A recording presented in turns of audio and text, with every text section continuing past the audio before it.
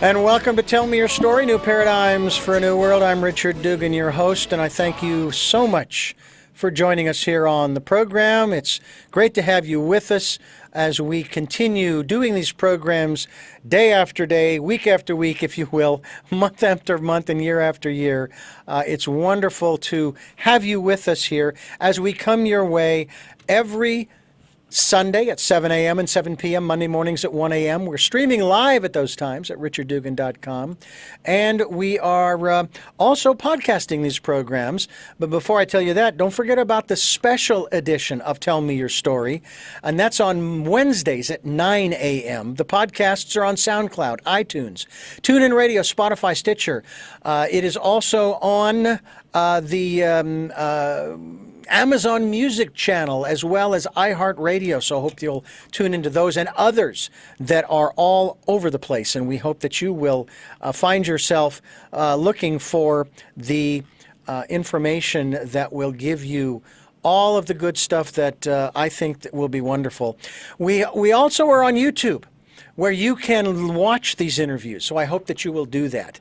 Today's program, I think you're going to enjoy. I know I am. It's going to kind of take me back to my, you might call it home territory of the desert, the lower desert of Arizona, where we're going to be talking, and actually it's not so much the lower desert as much as where I live now, the high desert, because we're going to be talking about medicine and miracles in the high desert, and it's my life among the Navajo people with my very special guest, Erica Elliott. And Erica, I want to thank you for joining us here on the program and being a part of the work that so many are doing right now in terms of helping others to not only better their lives, but to better the lives of the people around them. Thank you for joining us. It's a pleasure to be here, Richard. First of all, where in the where is this high desert of which you speak? Well, I live in the high desert in Santa Fe, New Mexico. I'm a medical doctor here, but I started my life as a young woman as a school teacher 50 years ago on the Navajo Reservation in Chelly, Arizona, which is near Canyon de Chelly, which is one of the most beautiful places on earth. And then I spent a few years there as a school teacher.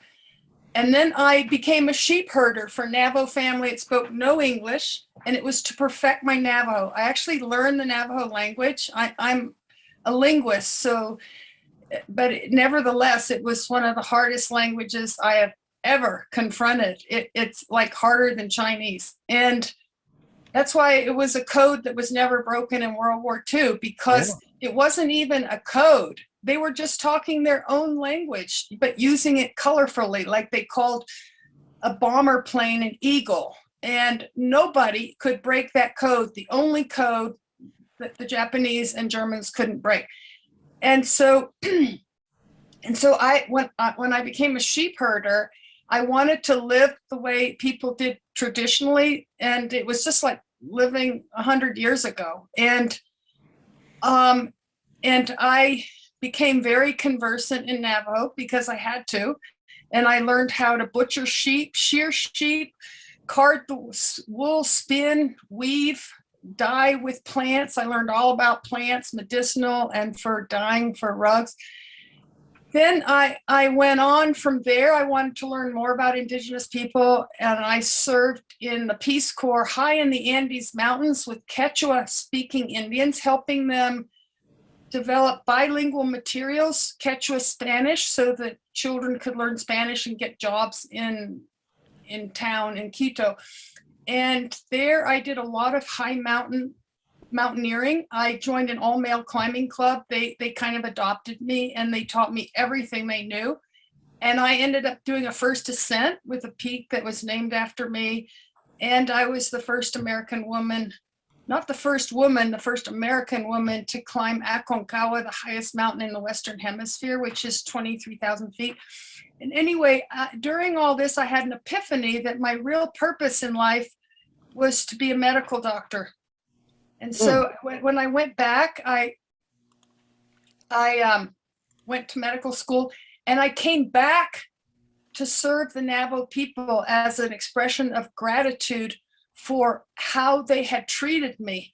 I mean, once I learned Navajo, the whole world opened up to me. They invited me into their remote hogans and invited me into ceremonies that aren't allowed for white people, including peyote ceremonies, where I saw one miracle after another happen that I could not explain. And to this day, I can't explain what happened, but I witnessed it myself and I saw it happen to others.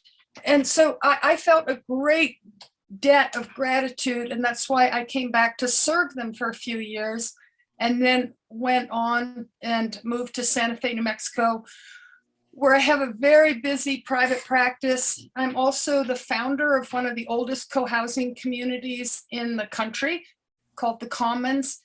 You can learn about it. I did a TED Talk about it, and you might find it interesting. So that's the trajectory, the overall trajectory. And if you'd like to ask me more specific things about what I witnessed, I mean, they're mind-boggling. Once the children trusted me and saw how hard I was trying to learn Navajo, everything changed. And I mean, these kids, when I first came to the boarding school, 1971, I was a teacher of the fourth grade, and the kids did not talk to me. They did not look at me. I couldn't understand what was going on. I knew nothing about Navajo culture. The boarding school gave me no orientation. I talked to the white teachers, and they were all ready to retire. They couldn't wait to get their pension and leave. They did not enjoy it there. And they felt, I said, why are the kids in fourth grade and they can't speak English? And they told me these kids can't learn. And I discovered once I started speaking Navajo, and the teacher aide was teaching me, Donna Scott, whose father was very famous code talker, Clark Gorman, and her brother is a very famous artist, R.C. Gorman, who's now dead. But she knew the white and the traditional world very well. And so she saw how hard I was trying to make contact with the students and getting nowhere.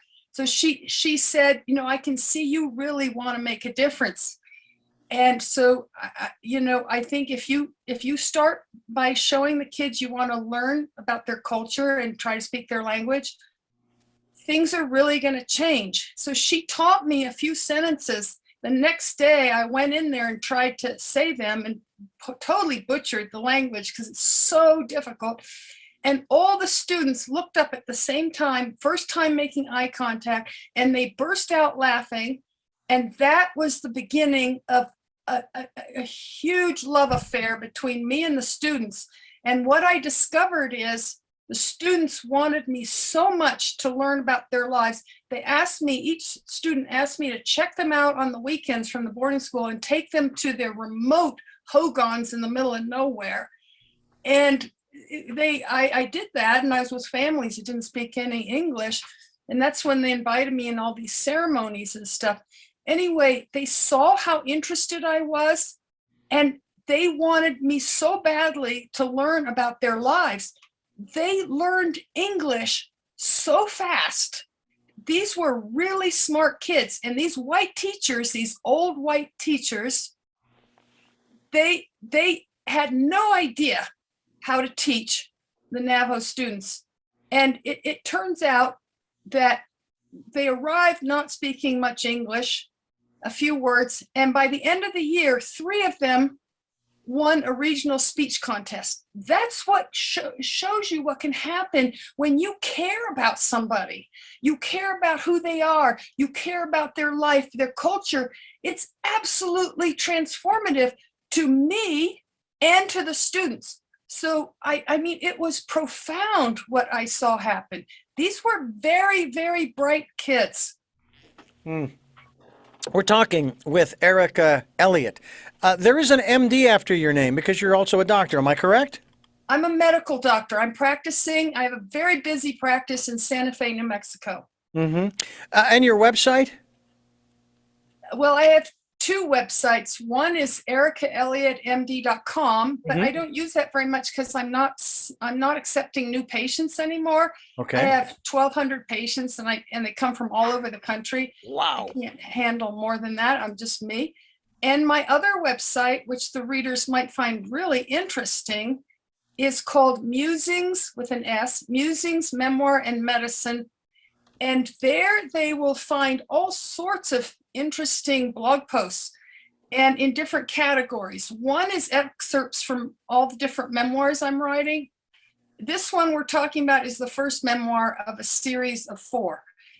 And this memoir that we're talking about is called Medicine and Miracles in the High Desert, My Life Among the Navajo People. And it's available on Amazon or Barnes and Nobles or at Inner Traditions, who published it. And it's also an Audible too. It's an Audible, and it's a digital, etc., and hardback, softback. So anyway, on my blog site, so you'll find excerpts from the memoir. But what would be even more interesting for your listeners and readers is if you click under categories, you click under medicine, you'll find all kinds of blog posts that are really useful that you won't find in mainstream medicine. Now, are you referring to your website, Erica M. Elliott, or the Musings, Memoirs, and Medicine? I'm referring to Musings, Memoir, and Medicine.com. The other website is ericaelliottmd.com. You'll learn a lot about me, but it's inactive because I'm not taking new patients. Right. And so, yeah. Right. Okay. Well, we are going to link to your website, the Musings, Memoirs, and Medicine.com, so that people can find out more about the work that you do aside from just the medicine. It's memoir is singular. It's Musings, Memoir, and Medicine.com, all one word. All right, Musings, Memoir, and Medicine.com. That's the website, ladies and gentlemen. So you want to bookmark that. We will be linked to that website so that people, as I said, can find out more about the work that you are doing as we continue here on Tell Me Your Story, New Paradigms for a New World. I'm Richard Dugan, your host, and I'm very grateful that you have joined us here along with our very special guest, Erica Elliott, who has been amongst the Navajo. I have to say, I myself, now I don't know if you've had your DNA, if you've done one of those DNA tests, but I had mine done not long ago and found out to my maybe partial surprise, maybe I wasn't that surprised, but to my surprise that I actually have a connection to the Native Americans. But when I say Americans, I'm talking North, Central, and South. According to the DNA, I've got a good percentage of my DNA from North, Central, and South America. I'm actually one part Eastern European Jew. I do have some Northern England blood in me as well, or the part of the DNA, and so on and so forth. I actually hail from 5 of the 7 continents. So I was accurate when I was a kid, and I would tell them, yeah, I'm Heinz 57, 57 from 5 of the 7 continents. So I'm wondering about you and your, shall we say, inner connection, your spiritual, if not DNA connection. Oh, okay, I'll be glad to tell you. Yeah. The Navajo people that I associated with said they'd never seen a white person learn Navajo like that. And they were blown away. And they said, so many of them said, my heart and soul are really Navajo. And they talked about previous lifetimes and so forth. And they gave me a Navajo name, which is really funny. They called me Asathachi, which means Navajo woman with red skin. And the reason why they called me a red skin is because I was sunburned all the time. So that was an accurate description. Yes, it's accurate. It was totally accurate.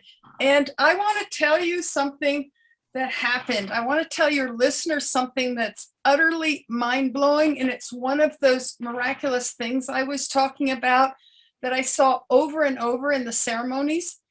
And what I'd like to tell you about is something that happened at my first peyote ceremony. Oh, wow. I did not speak Navajo then. I knew how to say hello, how many sheep do you have? Come here, my child. Not much, maybe a few sentences, because I had only been there a month. And this Navajo family took a real big liking to me. And they belong to the Native American church, which is the peyote. And it was legal by the government for them to go and harvest the peyote plant in Texas and come back and use it for worship, not for recreation. That was considered very bad use of it. And so this is for praying. It was their religious experience. And white people were not allowed in those days to participate, but they invited me, and they said I was one of their family. They adopted me, so to speak. And they told me that I was a little scared because these are hallucinogens. They call it plant medicine. They don't call it peyote. They call it plant medicine, and use it for healing and stuff. So I was a little bit scared. And, I didn't know what in the world I'd be getting myself into. And my Navajo mother told me I had to get rid of my white man clothes to go into the ceremony. And so she dressed me up like a Navajo and put my hair in one of those Navajo knots with yarn around it, and a beautiful velvet shirt and satin skirt, and with a concha belt and squash blossom necklace, lots of turquoise. I looked utterly regal. I looked like I was ready to go to some Navajo prom or something. And so we filed in there, and you call the medicine man who runs the peyote ceremony a road man. Now, the peyote is not the Navajo traditional healing. They borrowed that from the Plains Indians. And the Plains Indians used it during times of horrendous suffering and genocide. And they used it to survive emotionally and spiritually. And then it spread all over to all indigenous tribes in the US. And the Navajos, a certain branch of the Navajos, really found it very valuable. And in the summer, they use teepees, even though teepees are not Navajo. That's Plains Indians. In the winter, they use their traditional hogans. Anyway, so we were all in a huge circle, and my Navajo mother was sitting next to me. And she told me, she whispered that she would interpret for me and stuff. So anyway, they prayed all night. It was for a sick baby. And I was looking at the sick baby, and I could watch the baby get better as the night progressed. The baby had pneumonia and was copper colored with fever, and really mucusy, crying and stuff. And I watched as the baby got better and better. All the coloring, natural color came back, and it was gurgling, or whatever you call it, cooing and looking at the mom. And I was just incredulous that this was happening while we were singing and chanting and praying. And so part of the ceremony is you take sacred tobacco that is harvested from the San Francisco Peaks, which sadly now is a ski area, but that was one of their holy mountains where they got their healing plants from.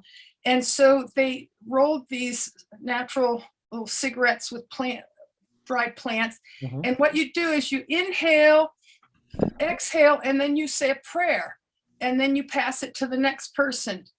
And so my Navajo grandmother was on my right. She did the inhale, exhale, and pray. And then she passed the cigarette to me and said in English, "Pass it on." And I did not pass it on. I inhaled, exhaled, and then I started praying in Navajo, which I didn't know. I mean, I knew 5 sentences in Navajo, and that's it. And wow. I thought to myself, as I was praying, a part of my mind said, wow, you are really stoned, because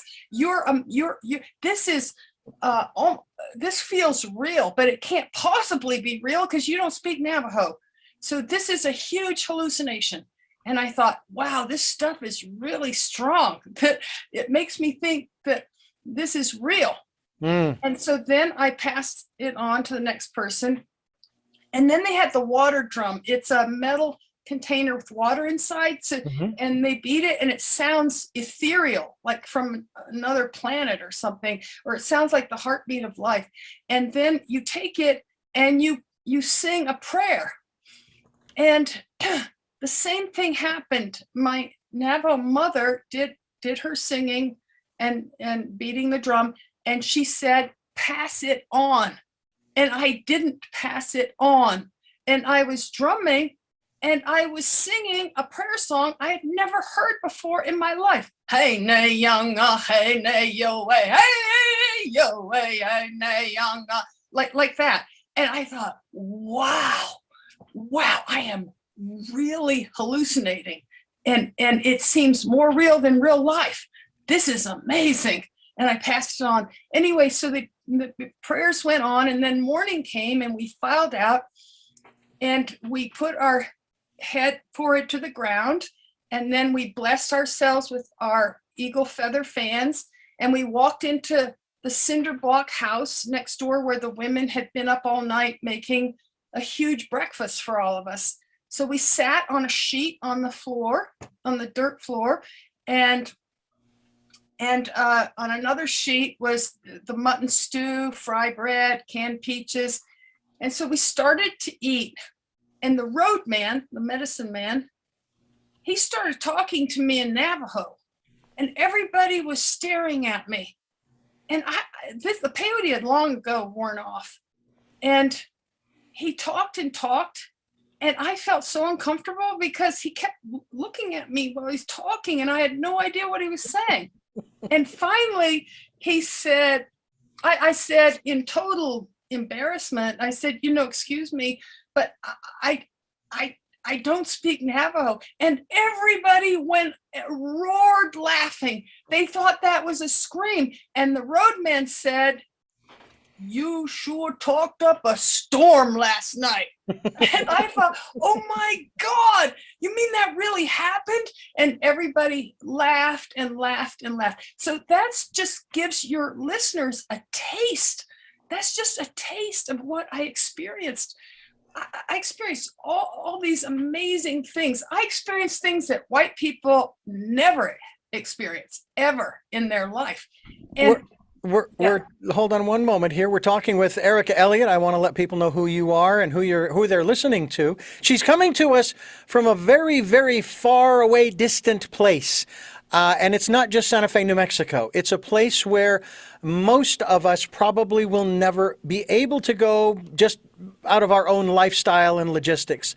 But it's a place, it seems, as our guest is sharing with us, that each one of us needs to find a way to go to, and that is to these higher realms that she is sharing with us, that she has experienced. As we continue here on Tell Me Your Story, I'm Richard Dugan, your host, and we're so grateful that Erica Elliott is with us here on the program to share with us her story. Erica, one of the things that I wanted to ask you about in reference, for example, as I shared with you my DNA and all of that stuff, and as much as I loved living for the time that I did in Arizona, aside from the heat, which is the reason I left, I never really wanted to get close to the Native Americans from the standpoint that I knew enough to know that what they had was sacred, it was private, it was personal. It was something that needed to be protected, preserved, and carried on within the tribe of the Native Americans, regardless of tribe. And in your case, it was the Navajo. And so I kind of kept a distance until I had that DNA test. And then I realized, okay, maybe that wasn't so much, I don't want to disturb, for example, I don't want to disturb the still waters, okay? Don't want to muddy them up.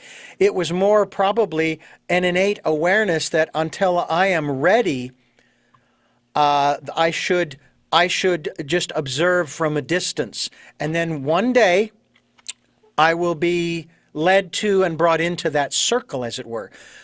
What about you? It sounds as though and maybe I'm incorrect in this, but from all that you've shared thus far, it seems as though, in spite of the children's having to develop a trust, that you kind of just, it was like, this just feels right, or was there a challenging transition period for you, an adjustment in that regard Yeah, from yes. the white man's lifestyle to the native lifestyle? Well, I had a big adjustment, and then they had an adjustment. My big adjustment is when I graduated from college in education. I looked at the trade journals, and I was in the East Coast then, and the trade journals, all the positions didn't look very interesting, and I honed in on this boarding school in the middle of nowhere in the Southwest, which I'd never been to before. That was like off the map for me. And I, I, I had no idea what it would be like, but a little voice, my inner compass says, this is where you must go. And my friend said, are you out of your mind? That's in the middle of nowhere. That's crazy. Why don't you go to a regular school? Plus boarding schools. Native boarding schools have a really bad reputation where they've harmed children, they've punished them for speaking their language, they've raped girls, they've done horrific things to the native children. Why in the world would you want to be part of that? I said, I don't know. I really don't know, but I know this is what I have to do. And so I applied to the Bureau of Indian Affairs in Washington, D.C., and heard nothing from them. So I thought, oh, they don't want me. So I'm going to take this opportunity to visit my relatives in Switzerland and the rest of Europe and take a year off. And so when I came back from the year, I visited my sister in California, and on her table was a letter from Washington, D.C. It was a year old. It had been forwarded over and over to different places and finally ended up at my sister's. So I opened the letter and they said, we want you. And my sister said, they're not going to want you anymore. That's a year old. I'm sure they have somebody. And a little voice said, call them anyway. So I called up, and it was after the next school year had already begun. It was the end of September. And they said, we want you right now. This position is still open. And my sister said, that's a really bad sign. If it's still open after a year, that means it's a bad place. And so I said, well, I'm going anyway. And so when I got there, I thought, oh my God, I made a really big mistake, because it just, I wasn't used to seeing so much desert, and it all looked different shades of brown, and it was just dirt roads. And there's one road through town. There was one gas station, one restaurant, one grocery store that just sold terrible junk food. And the boarding school was really run down. And I thought, oh, Jesus, because I didn't see Canyon de Chelly, which was just down the road, which is, again, the most beautiful place I've ever been in my life. But so I just, this is first impressions were really bad. And then everybody drove pickup trucks, and it was like they were in the 50s wearing cowboy hats and cowboy boots, and Waylon Jennings blaring, she's a good-hearted woman in love with her good-timing man. And I thought, oh my God, this is like from another era. And then the Black principal came out to meet me, and I had borrowed my sister's clothes because I didn't have any nice clothes because I'd been backpacking for a year. And so he looked at me like I was a hippie. And he looked like disapproving, and he said, you know, we don't like hippies around here. I said, I'm not a hippie.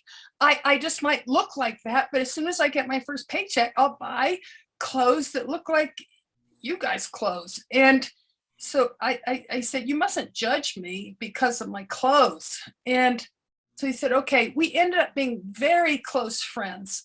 And but he didn't like me at first because of first impression. And because they were all older teachers. So I was this youngster in there, and he was, I think, afraid I was going to cause disruption or something. And anyway, and then things went from bad to worse.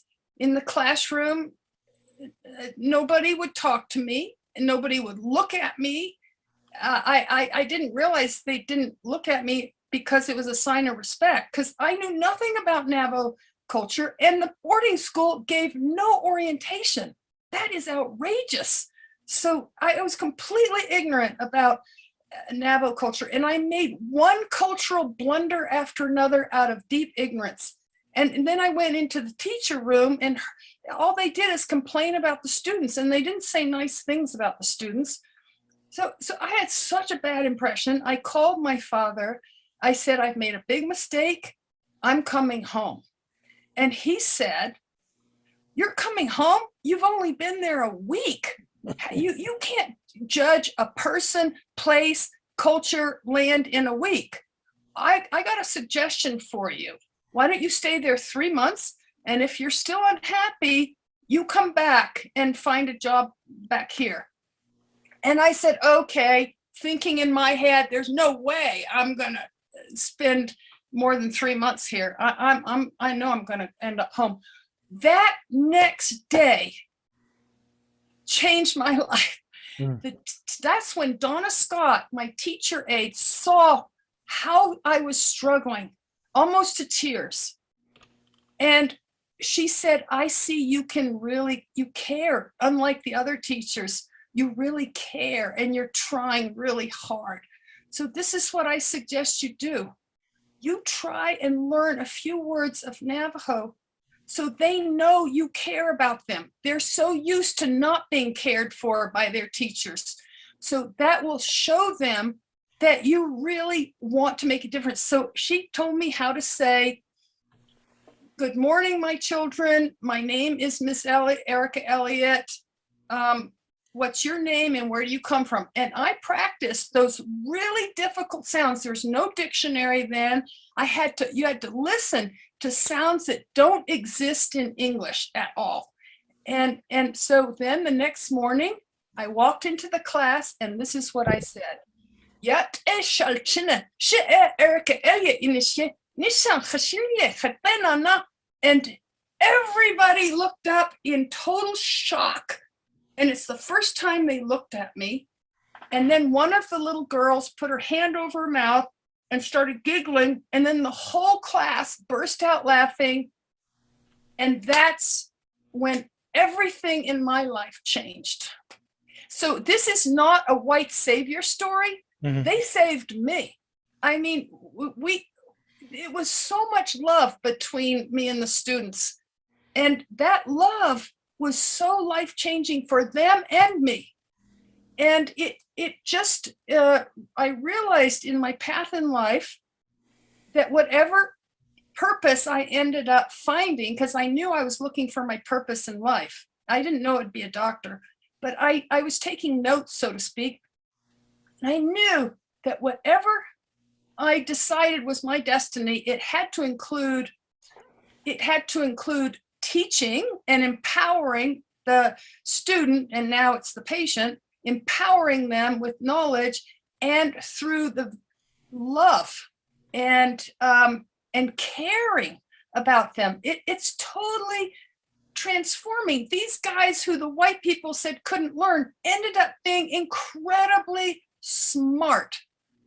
The love brought out the absolute best in them. They wanted so desperately me to learn about their lives. They learned English so fast, it's hard to believe. That's why I saved a newspaper clipping when the 3 kids won the speech contest. I thought nobody's ever going to believe this story. So I have to document it to prove that it really happened. Wow. Well, I'll tell you, it's to me, it's extraordinary that that you have had the privilege, and actually, I would have to say, even the honor of being accepted through this process that you went through, and I'd like to talk more about that as we continue. We're talking with Erica Elliott, and she has written her memoir, and we hope that you will go out and get a copy of Medicine and Miracles in the High Desert. In the high desert, and we certainly hope that you'll go to her website. And that website, I'll give that to you again, folks, is Musings, Memoir, and Miracles. Only No, one and plural in there. musings, memoir, and medicine. Medicine. And the reason I got miracles in there is because that's in the title of your book.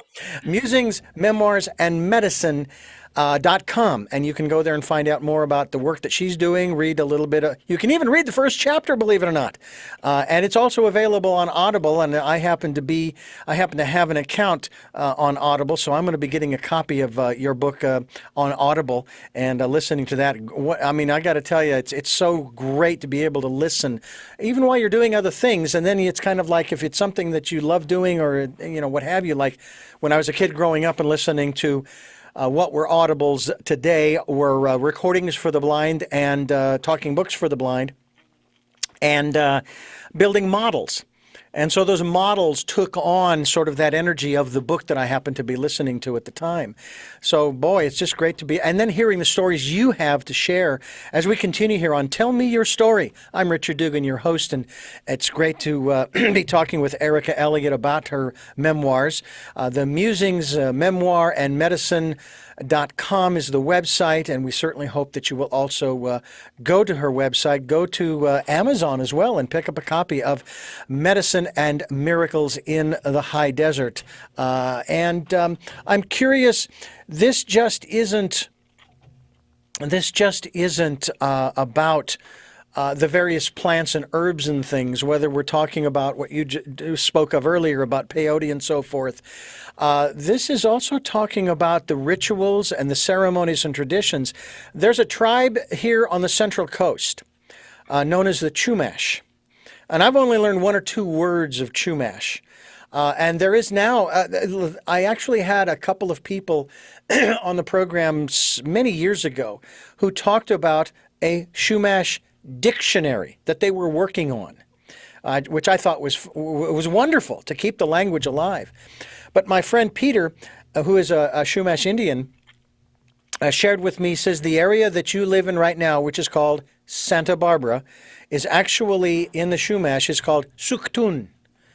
And I'm not sure what the exact translation is, but that's the pronunciation, be that as it may. It's probably the only word that I know, but I will tell you that when I greet him and when we depart, we clasp each other by the upper arm just below the elbow and lean into each other shoulder to shoulder, and we always say, aho, aho. Oh, that's so nice. And I love So that. nice. So talk to us, if you will, please, about some of the, maybe one or two of the most significant experiences that you had in ritual, tradition, and or ceremony Okay. that Okay. profoundly changed you into, and I don't want to speak incorrectly here, but basically transformed you into, if I may, a Navajo Indian. Okay, so my process for them saying I was a white-skinned Navajo, actually a red-skinned Navajo, was through my desire, my empathy with them, putting myself in their shoes, seeing life through their eyes, participating in their whole life wholeheartedly, without judgment, without reservation, without holding back.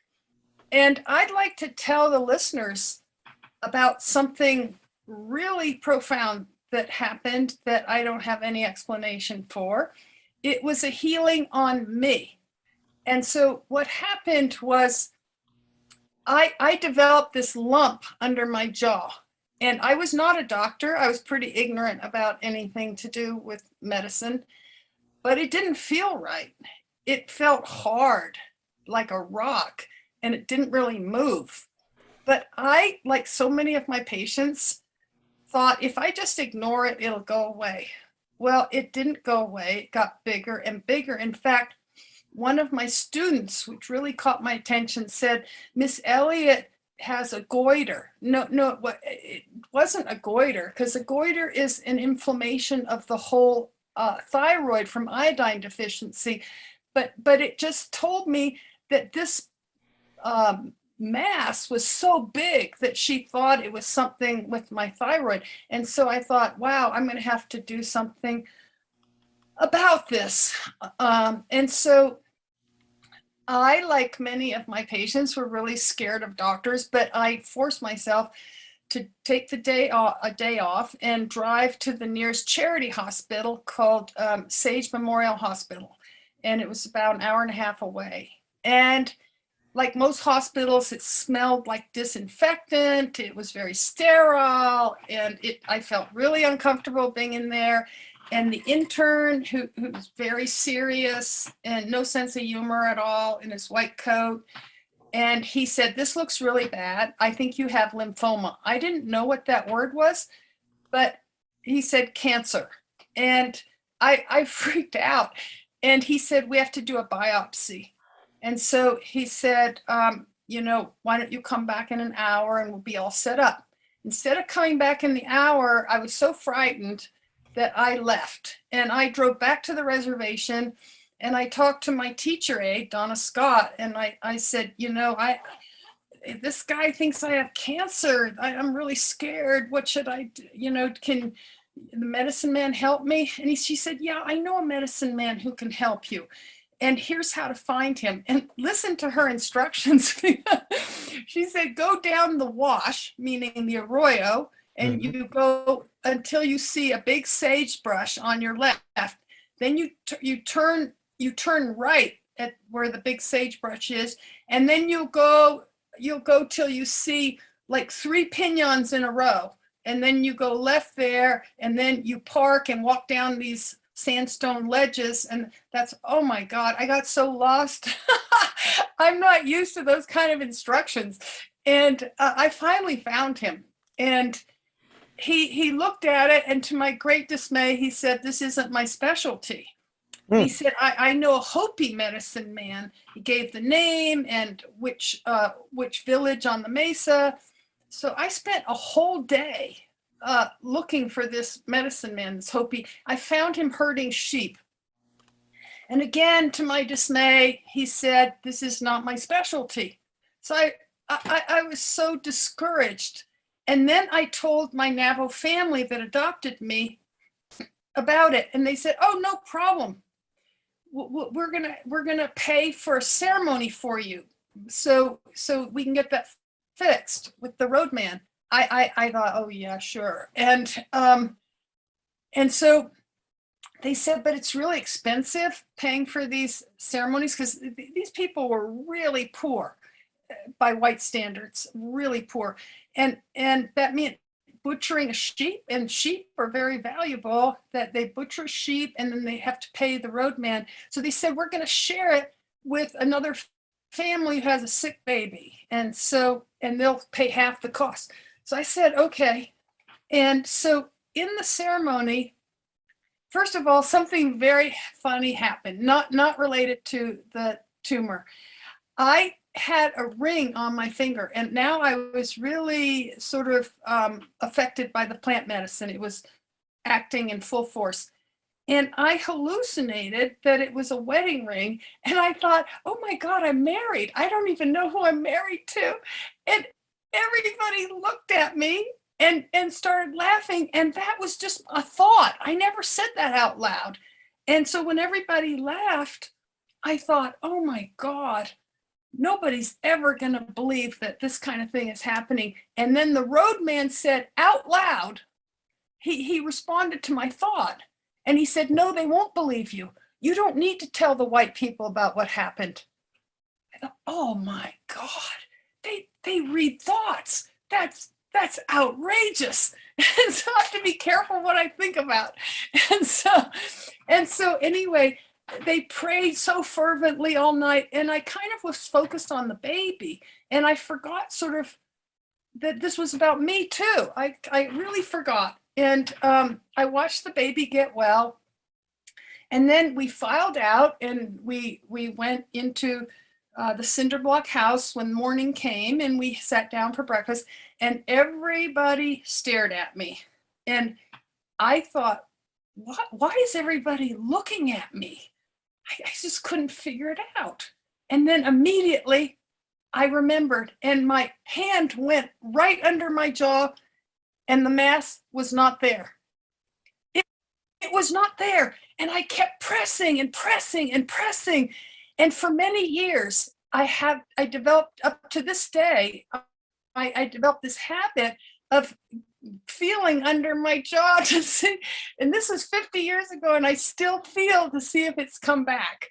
And so whenever, I talk about this, people say, how do you think this happened? And I said, I really don't know. I could make something up and talk about quantum physics and that there is no past, present, future, and stuff like that. But I would just be making that up. The real truth is, I don't know. I don't know. It shows that we're just living in a tiny part of reality. There's so much out there that we don't have access to. I mean, it just was mind blowing. Richard, I can't hear you. Do you think that we, in the quote unquote modern and or civilized world, need to learn to stop asking why something is or isn't and just accept it? In other words, when that happened to you, you don't know what happened, you just know that it did, and just go with it. Yeah, the only reason why I struggled so much to try to find a reason is so I could sound credible to my friends. I didn't want to sound like I was making this up or something. So I desperately was looking for some way to explain this that was credible. And so I gave up and I just said, oh, okay. And one reason why it took me 50 years to write the book is because in the beginning, well, I document everything I saw. That's why writing the book was so easy for me. I could do it so quickly. I kept extensive journals, diaries, and stuff because I was seeing things that no white person had ever seen or experienced. So I wanted to document it because I thought even I, years later, might not even believe this really happened Yeah. because it's so outrageous. So I documented everything, thank God. Yeah. And and so I showed it to one sister who's very open-minded, and she said, "You have got to publish this, and this is incredible." And I said, "I'm not going to because nobody will believe me, and they'll think I have just a big imagination." And I didn't even tell the rest of my family because it would hurt my feelings when people didn't believe me. And Yeah. so then when I matured more and I didn't care if people believed me or not, then I was too busy being a medical doctor. Okay, so how did I finally write it? With all the divisiveness in our times, this terrible cultural, racial divisiveness, Hmm. I thought now's the time to write my book. I have to make time to write it because it is a healing book. Because it's all about bridging the cultural divide in these divisive times. Yeah. Yeah. And it seems to me that these other cultures are the ones that are there to teach us. Yes. Yeah, yeah, And absolutely. we need to be listening. We That's right. really, That's why I say this is not a white savior book. This right. is not white girl comes and saves the world. No, I learned. They saved me. They they had a profound effect on me.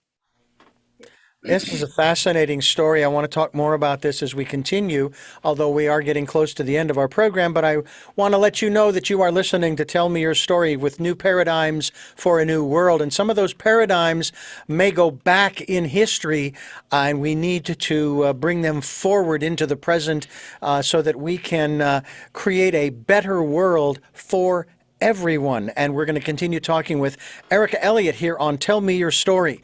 I'm Richard Dugan, your host, and thank you for being with us here on the program. Erica, this has been a fascinating hour or so, and I know that you are on your way to your next appointment, what have you. But first of all, I want to thank you for sharing the small little bit of your experiences. I hope people will get a copy of your book as well and go to your website, which we will be linked to so that people can get more information in that regard, and get a copy of your book on Amazon is one of the places that they can go to get a copy of your book.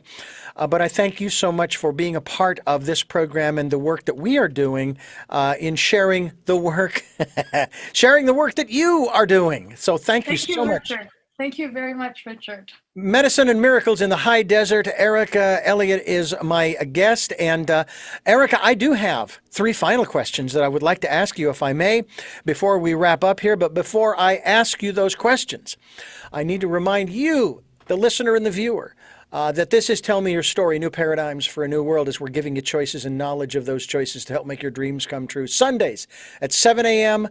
and 7 p.m. Monday mornings at 1 a.m., 9 a.m. on Wednesdays. And we stream live at those times at richarddugan.com. Podcasts are at SoundCloud, iTunes, TuneIn Radio, Spotify, Stitcher, Player FM, Blueberry, iHeartRadio, Amazon Music, and a whole bunch of other places. The list is too long. The whole show, I would have to just do the list. But you can find them. Just Google Tell Me Your Story, Richard Dugan. Boom. You'll find SoundCloud in particular. Spotify is a great place as well.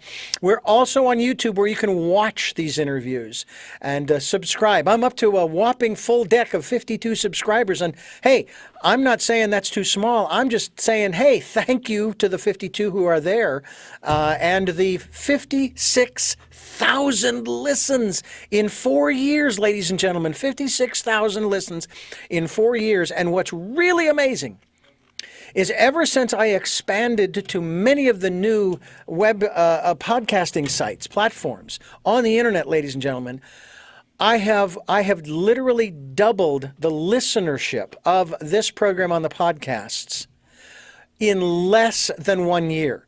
So the first 3 years and a half, I was like at 25 or 30,000. In less than a year and a half, I have gone up to 56,000 plus. So thank you, and keep spreading the word. And spread the word about our guests like Erica Elliott, the work that she is doing right now to help people, not just through her medical practice, but through the work that she is doing with the Navajo and other, I'm sure, other indigenous peoples, other tribes here in the great American, North American continent, if you will. Also, want to remind you that if you'd like to support the work we're doing here on Tell Me Your Story, we would love to have your support. If you can see your way to do so, if you're able to do so, we thank you for doing that. We have a PayPal account that is there for your security as well as ours. I like PayPal as my middle person. And all you have to do when you click on, I want to send X number of dollars to Tell Me Your Story and Richard Dugan to help support the work he's doing, they're going to ask you for an email address. It's richard@richarddugan.com. Easy, richard@richarddugan.com.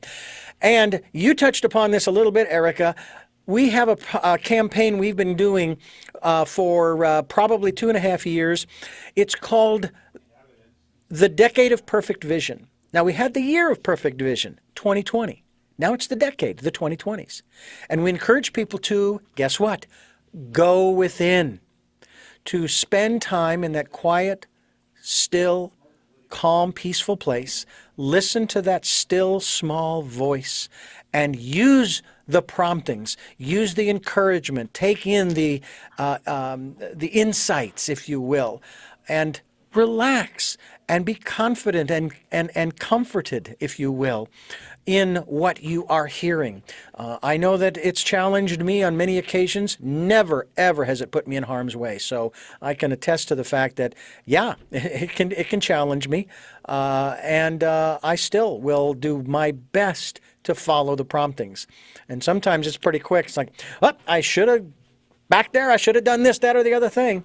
So hope you'll do that. Participate in the Decade of Perfect Vision. And with all of that, the first of my 3 questions to you that I ask all of my guests, you may have addressed them during the program, but I like to ask them directly. The first is, who is Erica Elliott? I can't be pinned down because I have so many different sides to me. And I'm a Gemini, by the way. They have lots of different sides. So you know, um, who is Erica Elliott? She has many, many different characteristics. But the one thing that people notice about me is an insatiable curiosity, a lack of judgment against people that are different than me, and a desire to be of service, because that's my purpose in life, to be of service and use the gifts that I was given. I happen to be an incredible medical detective. That's why people came from all over the country with undiagnosed mysterious problems. And I use just simple tools to help them get better. And yeah, so I will leave it like that. Otherwise, we'd be writing a whole book on the different characteristics, sides of me, good and not so good. All right. Well, the second question is, what is it that you hope to or want to achieve through the work that you are doing now? I'm already there. I am doing what I'm meant to be doing. It took me 10 years of searching all over the world to find out what my purpose was. And in each thing I did, like with the Navajos, with the Quechua speaking Inca descendants, I learned something about what I needed to do. And it finally dawned on me that it was medicine. And after 10 years of medicine, mainstream medicine, I decided this is not my purpose, just to give out pills and do lots of scans and not have a relationship with the patient and not really try to get to what's underlying the symptoms. And so the Navajo grandmother prophesied that something very bad would happen to me, and that if I survived, I would, quote, have powerful medicine to bring to the people. This was after a mountain lion sniffed me in my sleeping bag in southern Utah. And I told the teacher aide, and she brought me to her grandmother, and the grandmother said that the lion was my spirit guide. Well, I had the disaster and I survived, and it took me right out of mainstream medicine onto my true path in life, which is doing medicine in a way that's not mainstream.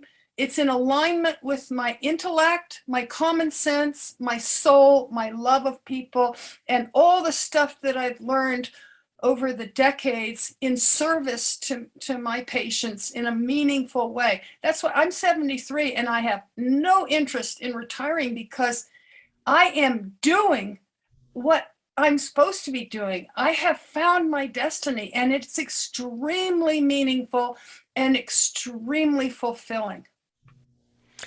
Well, you've sort of answered my third question, which is, what is your life's purpose? My life's purpose is using my gift, my natural gift, and drawing on everything I know in service to helping people feel better. Well, Erica, once again, Erica Elliott, thank you so much for joining us here on Tell Me Your Story. It's been a great pleasure to get to know you, and I hope that we get a chance to have you back on the program to continue this conversation, because, as I said earlier, I think it's extremely important for us to understand that it is possible. The Native Americans from North, Central, and South America have shown us clearly it is possible to live in concert with nature and not subjugate it. And when I use that word, it means to strip the land and the resources and to control them and then use them as leverage against other members of the human race. And we need to stop doing that, and we need to start realizing that this is our only home. I don't care if we are exploring other regions off this earthly plane and off this planet. Right now, for the majority of us, 8 billion, this is it. This is all we've got. And I keep seeing more and more women, pregnant women. I keep seeing more and more infants in strollers. And I'm sitting here going, what's the point? Because we're destroying the home we live in. So where are these people going to live, and how are they going to survive? And then their children, if we get beyond that, and so forth. And that's why we're here, to try to help to change and transform this world. So I thank you for your part in that role. Thank you, Richard. And I thank you for listening to and watching Tell Me Your Story, New Paradigms for a New World, as we are giving you choices and knowledge of those choices to help make your dreams come true. Until our next broadcast, podcast, videocast, love to Lal.